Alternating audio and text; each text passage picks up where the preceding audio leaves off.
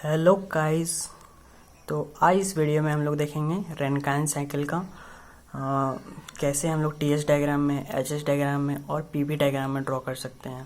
ठीक है, तो रेनकाइन साइकिल जो कि हमने पिछले वीडियो में देखा था कि उसमें 4 कंपोनेंट्स मेन होते हैं। बॉयलर हो गया, मेरा टरबाइन हो गया, कंडेंसर हो गया और पंप हो गया। ठीक है, ये 4 मेन कंपोनेंट्स होते हैं और इन्हीं कंपोनेंट्स को हम लोग यूज़ करके टीएस डायग्राम, एचएस डायग्राम और पीवी डायग्राम ड्रॉ कर सकते हैं। ठीक है, तो क्या होता है, हम लोग इसमें क्या चीज़ को हम लोग कंसिडर कर सकते हैं। जैसे कि यहाँ पे ये क्या है, बॉयलर है और ये मेरा है कंडेंसर।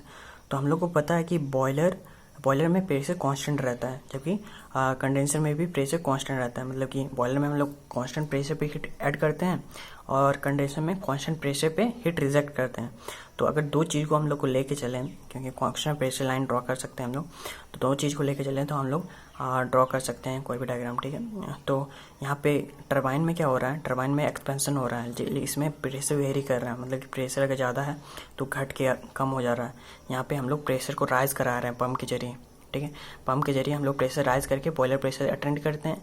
जबकि यहाँ पे क्या होता है, जो बॉयलर प्रेशर से ही स्टीम आता है, फिर उस बॉयलर प्रेशर को एक्सपेंड करा के हम लोग कंडेंसर प्रेशर तक ले जाते हैं। ठीक है, तो इस तरीके से यहाँ पे काम करता है। तो हम लोग टीएस डायग्राम ड्रॉ करते हैं, उसके बाद पीवी डायग्राम और एचएस डायग्राम ड्रॉ करेंगे। ठीक है, तो टीएस डायग्राम ड्रॉ करते हैं। तो ये है मेरा टीएस डायग्राम। ठीक है, तो टीएस डायग्राम का हम लोग उसका वेपर डोम बनाते हैं। पहले वेपर डोम कुछ इस तरीके से रहेगा। ठीक है, अब ये वेपर डोम हो गया। अब हमको कांस्टेंट प्रेशर लाइन ड्रॉ करना है। ठीक है, तो कांस्टेंट प्रेशर लाइन ड्रॉ करते हैं। तो कांस्टेंट प्रेशर लाइन कुछ इस तरीके से रहेगा। ये हॉरिजॉन्टल जाएगा।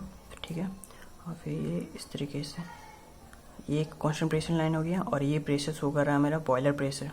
ठीक है, बॉयलर प्रेशर। और एक कांस्टेंट प्रेशर लाइन होगा जो कंडेंसर वाला शो करेगा। ठीक है, ये भी हॉरिजॉन्टल होगा और ये इस तरीके से जाएगा। ठीक है, ये कंडेंसर प्रेशर है।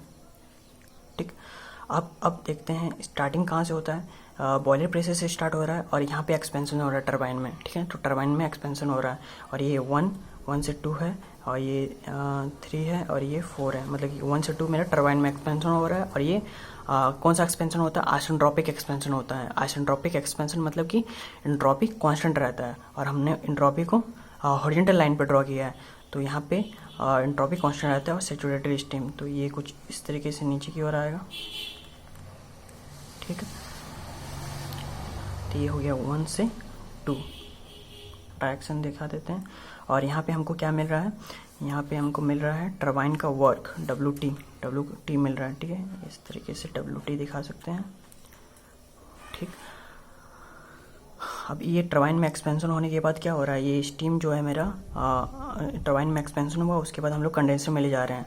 तो यहाँ पे पार्शियल, मतलब कि थोड़ा सा ये स्टीम जो होता है कंडेंस हो जाता है, मतलब कि वाटर वेपर कंटेन करने लगता है। फिर उसको हम लोग कंडेंसर में फुल्ली कंडेंस कर देते हैं ताकि वो लिक्विड में कन्वर्ट हो जाए। फिर उस लिक्विड को हम लोग पंप से पास कराते हैं, ताकि पंप में क्या होता है, फिर वो उसको प्रेशराइज करा के बॉयलर प्रेशर अटेंड करते हैं। तो यहाँ पे फिर हम लोग कंडेंसर में पास कराते हैं। कंडेंसर में ये पूरा उसका जो लेटेंट हीट होता है उसको पूरा लॉस कर देता है और वो सैचुरेटेड लिक्विड में कन्वर्ट हो जा रहा है यहाँ पे। ठीक है, सैचुरेटेड लिक्विड में कन्वर्ट हो जा रहा है। तो फिर हम लोग यहाँ से 2 से 3 हो गया मेरा कंडेंसर प्रोसेस, मतलब कि कांस्टेंट प्रेशर प्रोसेस। फिर उसके बाद ये जाएगा इस तरीके से। ठीक है, तो 3 से 4 हो गया मेरा पंप में जो हम लोग वर्क दे रहे हैं, आइसेंट्रोपिक वर्क। तो आप देख सकते हैं कि ये वर्टिकल लाइन है, मतलब कि कांस्टेंट एंट्रोपी प्रोसेस। ये भी 1 से 2 कांस्टेंट एंट्रोपी प्रोसेस। ठीक है, 3 से 4 हो गया। अब 4 से 1 जो है कांस्टेंट प्रेशर प्रोसेस बॉयलर में हम लोग हीट रेडिएशन कर रहे हैं और कांस्टेंट प्रेशर। तो ये फिर ये कांस्टेंट प्रेशर लाइन ही है। तो 4 से 1 हो गया मेरा constant pressure heat addition at boiler. ठीक है, 4 से 1। तो ये मेरा बन गया टीएस डायग्राम फॉर रेनकाइन साइकिल। तो इसमें क्या हो रहा है, WT हम लोग को वर्क एक्सपेंशन मिल रहा है और 1 से 2 में। फिर यहाँ से हम लोग को क्या मिल रहा है, हम लोग का हीट रिजेक्ट हो रहा है कंडेंसर में QR। ठीक, और इसमें हम लोग पंप में तो वर्क नहीं मिल रहा है, बल्कि हमको पंप में वर्क दे रहे हैं। ठीक है, वर्क दे रहे हैं। तो ये इस तरीके से दिखा सकते हैं WP। और फिर 4 से 1, मतलब कि इस पॉइंट से 1 पॉइंट तक इसमें हम लोग हीट ऐड कर रहे हैं बॉयलर में, ठीक है। तो ये लिख सकते हैं QS सप्लाई, ठीक है। अब ये मेरा TS डायग्राम बन गया। अब हम PV डायग्राम की ओर देखते हैं। PV डायग्राम कैसे बना सकते हैं, तो PV डायग्राम, ठीक है। तो PV डायग्राम का ये वेपर डोम हो गया कुछ इस तरीके से, ठीक। अब तो कांस्टेंट प्रेशर लाइन, दो कांस्टेंट प्रेशर लाइन ड्रॉ करते हैं। ये एक कांस्टेंट प्रेशर लाइन हो गया और ये कांस्टेंट प्रेशर लाइन हो गया, ठीक है। तो ये हम लोग टरबाइन का एक्सपेंशन जो होगा वो सैचुरेटेड पॉइंट से इसका आइसेंट्रोपिक एक्सपेंशन होता है। तो आइसेंट्रोपिक एक्सपेंशन कुछ इस तरीके से होगा, ठीक। उसके बाद ये इस पॉइंट पे आएगा, तो ये टरबाइन का एक्सपेंशन है 1 से 2। आइसेंट्रोपिक एक्सपेंशन, आइसेंट्रोपिक एक्सपेंशन जो होता है PV डायग्राम में वो थोड़ा कर्व होता है इस तरीके से, ठीक है। उसके बाद आइसेंट्रोपिक एक्सपेंशन हो गया यहाँ पे। उसके बाद यहाँ पे फिर हम लोग 2 से 3 जो होगा, 2 से 3 जो होगा मतलब सैचुरेटेड लिक्विड में कन्वर्ट हो गया। 2 से 3 मतलब कि कंडेंसर में कांस्टेंट प्रेशर पे कंडेंस कर दिए, पूरे लिक्विड में कन्वर्ट हो गया। फिर ये क्या होगा, फिर हम लोग इसको फिर पंप वर्क देंगे। तो पंप वर्क देंगे इस तरीके से। ये भी आइसेंट्रोपिक प्रोसेस है और आइसेंट्रोपिक प्रोसेस है, ठीक है। तो ये 3 से 4 मेरा हुआ और ये 4 से 1 कांस्टेंट प्रेशर प्रोसेस। तो ये हम लोग यहाँ से दिखा सकते हैं बॉयलर प्रेशर है और ये है मेरा कंडेंसर प्रेशर, ठीक है। तो यहाँ पे हम लोग को क्या मिल रहा है, Q सप्लाई कर रहे हैं और ये हम यहाँ से WT मतलब कि टरबाइन वर्क मिल रहा है, ठीक है। और ये रिजेक्ट हो रहा है तो बाहर की ओर QR और इसमें हम लोग वर्क दे रहे हैं तो WP पंप वर्क, ठीक है। ये हो गया मेरा PV डायग्राम, ठीक। अब देखते हैं हम लोग HS डायग्राम की ओर। तो HS डायग्राम ये है, HS डायग्राम में ड्रॉ करते हैं कि किस तरीके से होगा। तो HS डायग्राम का भी वेपर डोम बनाते हैं कुछ इस तरीके से। और इसमें क्या होगा, इसमें जो मेरा कांस्टेंट प्रेशर लाइन है इस तरीके से जाता है, ठीक है। कांस्टेंट प्रेशर लाइन, तो ये हो गया प्रेशर PV मतलब बॉयलर प्रेशर और ये है कंडेंसर प्रेशर, ठीक है।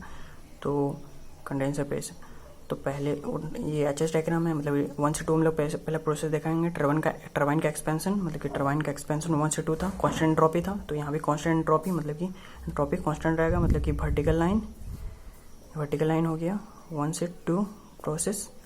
उसके बाद फिर कांस्टेंट प्रेशर पे हीट रिजेक्शन, मतलब कि मेरा ये कांस्टेंट प्रेशर रहेगा तो ये कांस्टेंट प्रेशर लाइन ही शो कर रहा है। इसमें हीट रिजेक्शन हो गया कंडेंसर में, ठीक है। तो ये 2 से 3, ठीक है, सैचुरेटेड लिक्विड।